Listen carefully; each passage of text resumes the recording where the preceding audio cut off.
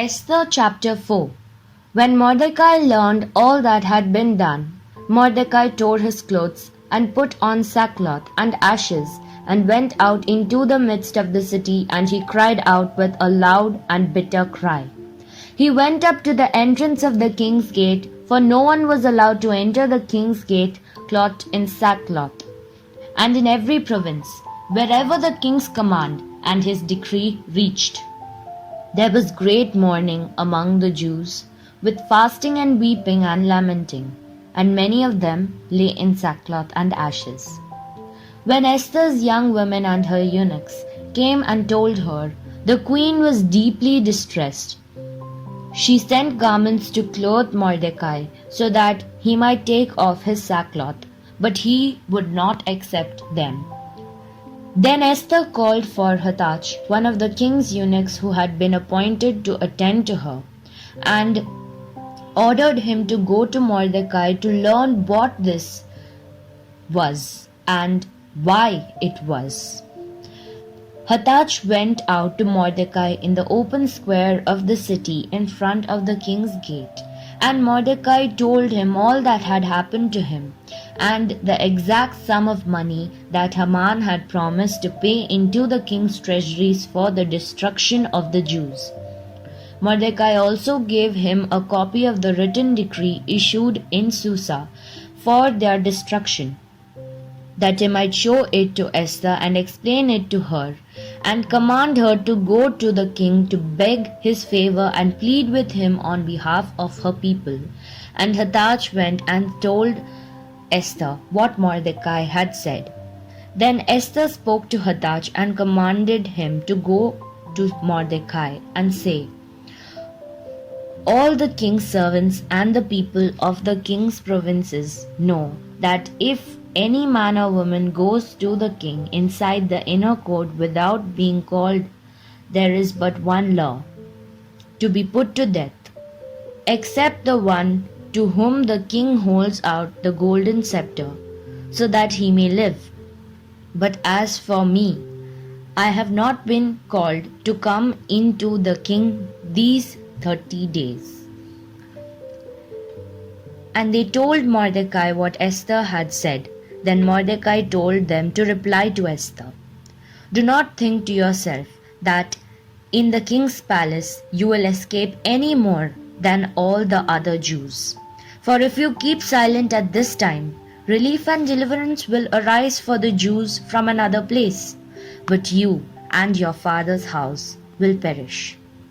And who knows whether you have not come to the kingdom for such a time as this? Then Esther told them to reply to Mordecai, go gather all the Jews to be found in Susa, and hold a fast on my behalf. And do not eat or drink for 3 days, night or day. I and my young women will also fast as you do. Then I will go to the king, though it is against the law, and if I perish, I perish. Mordecai then went away and did everything as Esther had ordered him. Esther chapter 5. On the third day, Esther put on her royal robes and stood in the inner court of the king's palace in front of the king's quarters, while the king was sitting on his royal throne inside the throne room opposite the entrance to the palace. And when the king saw Queen Esther standing in the court, she won favor in his sight. And he held out to Esther the golden scepter that was in his hand. Then Esther approached and touched the tip of the scepter.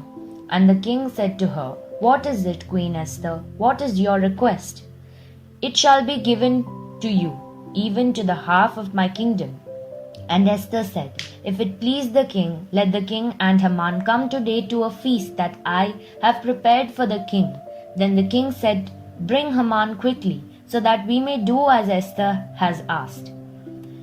So the king and Haman came to the feast that Esther had prepared, and as they were drinking wine after the feast, the king asked to Esther, what is it that you wish? It shall be granted to you. And what is your request? Even to the half of my kingdom, it shall be fulfilled. Then Esther answered, My wish and my request is, if I have found favor in the sight of the king, and if it please the king to grant my wish and fulfill my request, let the king and Haman come to the feast that I will prepare for them, and tomorrow I will do as the king has said. And Haman went out that day, joyful and glad of heart. But when Haman saw Mordecai in the king's gate, and that he neither rose nor trembled before him, he was filled with wrath against Mordecai. Nevertheless, Haman restrained himself and went home, and he sent and brought his friends and his wife Zeresh.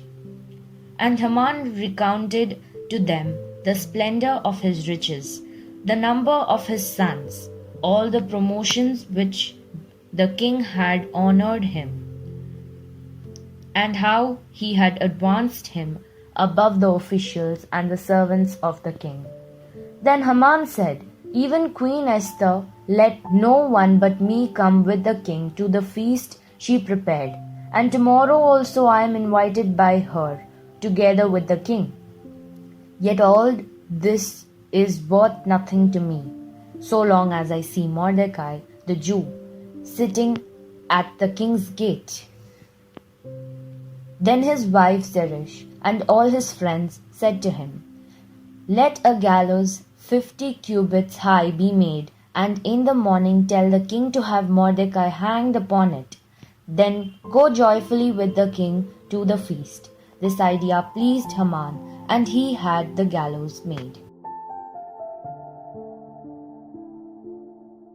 Chapter 6. On that night the king could not sleep, and he gave orders to bring the book of memorable deeds, the Chronicles, and they were read before the king. And it was found written how Mordecai had told about Bigthana and Teresh, two of the king's eunuchs who guarded the threshold and who had sought to lay hands on King Ahasuerus. And the king said, What honor or distinction has been bestowed on Mordecai for this? The king's young men who attended him said, Nothing has been done for him. And the king said, Who is in the court? Now Haman had just entered the outer court of the king's palace to speak to the king about having Mordecai hanged on the gallows that he had prepared for him. And the king's young men told him, Haman is there standing in the court. And the king said, Let him come in. So Haman came in, and the king said to him, What should be done to the man whom the king delights to honor? And Haman said to himself, Whom would the king delight to honor more than me? And Haman said to the king, For the man whom the king delights to honor, let royal robes be brought, which the king has worn, and the horse that the king has ridden, and on whose head a royal crown is set. And let the robes and the horse be handed over to one of the king's most noble officials. Let them dress the man whom the king delights to honor, and let them lead him on the horse through the square of the city, proclaiming before him, Thus shall it be done to the man whom the king delights to honor. Then the king said to Haman, Hurry, take the robes and the horse, as you have said, and do so to Mordecai the Jew, who sits at the king's gate. Leave out nothing that you have mentioned. So Haman took the robes and the horse, and he dressed Mordecai and led him through the square of the city, proclaiming before him, Thus shall it be done to the man whom the king delights to honor. Then Mordecai returned to the king's gate, but Haman hurried to his house, mourning and with his head covered. And Haman told his wife Zeresh and all his friends everything that had happened to him. Then his wise men and his wife Zeresh said to him, If Mordecai before whom you have begun to fall is of the Jewish people, you will not overcome him, but will surely fall before him. While they were yet talking with him, the king's eunuchs arrived and hurried to bring Haman to the feast that Esther had prepared. Esther chapter 7. So the king and Haman went in to feast with Queen Esther, and on the second day, as they were drinking wine after the feast, the king again said to Esther, "What is your wish, Queen Esther? It shall be granted to you. And what is your request? Even to half of my kingdom it shall be fulfilled." Then Queen Esther answered, "If I have found favor in your sight, O king, and if it please the king, let my life be granted me for my wish, and my people for my request. For we have been sold, I and my people, to be destroyed, to be killed, and to be annihilated. If we had been sold as merely slaves, men and women, I would have been silent, for our affliction is not to be compared with the loss to the king." Then King Ahasuerus said to Queen Esther, "Who is he, and where is he? Who has dared to do this?" And Esther said, "A foe and enemy, this wicked Haman." And Haman was terrified before the king and the queen. And the king arose in his wrath from the wine drinking, and went into the palace garden. But Haman stayed to beg for his life from Queen Esther, for he saw that harm was determined against him by the king. And the king returned from the palace garden to the place where they were drinking wine, as Haman was falling on the couch where Esther was. And the king said, "Will he even assault the queen in my presence, in my own house?" As the word left the mouth of the king, they covered Haman's face. Then Harbona, one of the eunuchs in attendance on the king, said, "Moreover, the gallows that Haman has prepared for Mordecai, word saved the king, standing at Haman's house, 50 cubits high." And the king said, "Hang him on that." So they hanged Haman on the gallows that he had prepared for Mordecai. Then the wrath of the king abated. Esther chapter 8. On that day, King Ahasuerus gave to Queen Esther the house of Haman, the enemy of the Jews. And Mordecai came before the king, for Esther had told what he was to her. And the king took off his signet ring, which he had taken from Haman, and gave it to Mordecai. And Esther set Mordecai over the house of Haman. Then Esther spoke again to the king.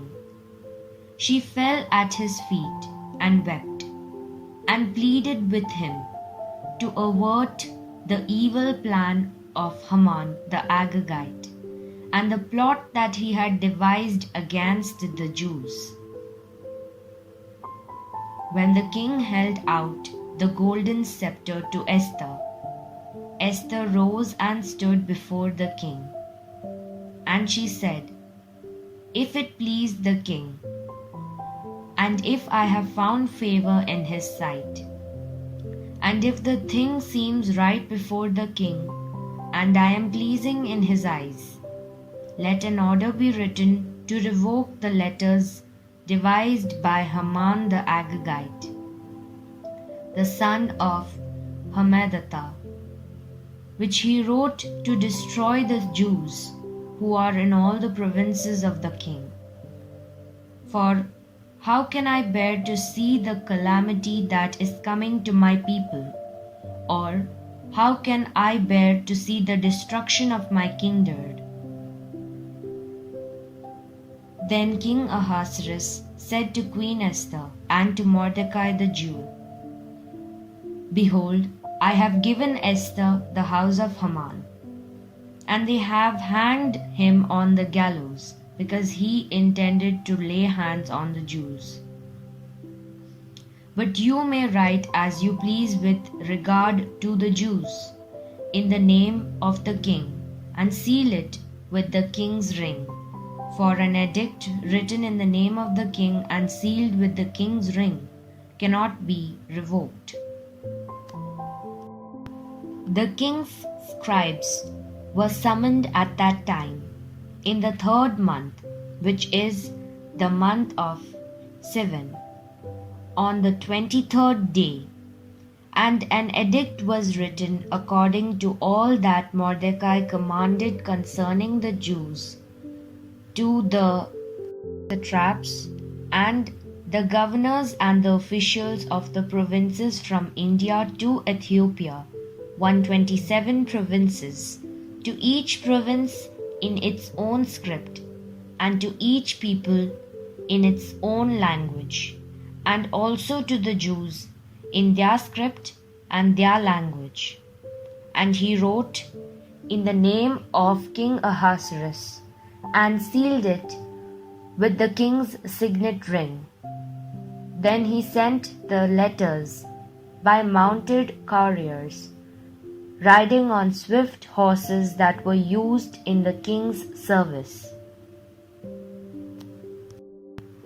Bred from the royal stud, saying that the king allowed the Jews who were in every city to gather and defend their lives, to destroy, to kill, and to annihilate any armed force of any people or province that might attack them, children and women included, and to plunder their goods on one day throughout all the provinces of King Ahasuerus, on the 13th day of the 12th month, which is the month of Adar. A copy of what was written was to be issued as a decree in every province, being publicly displayed to all people, and the Jews were to be ready on that day to take vengeance on their enemies. So the couriers, mounted on their swift horses that were used in the king's service, rode out hurriedly, urged by the king's command, and the decree was issued in Susa, the citadel. Then Mordecai went out from the presence of the king in royal robes of blue and white, with a great golden crown, and a robe of fine linen and purple. And the city of Susa shouted and rejoiced. The Jews had light and gladness and joy and honor, and in every province and in every city, wherever the king's command and his edict reached, there was gladness and joy among the Jews, a feast and a holiday. And many people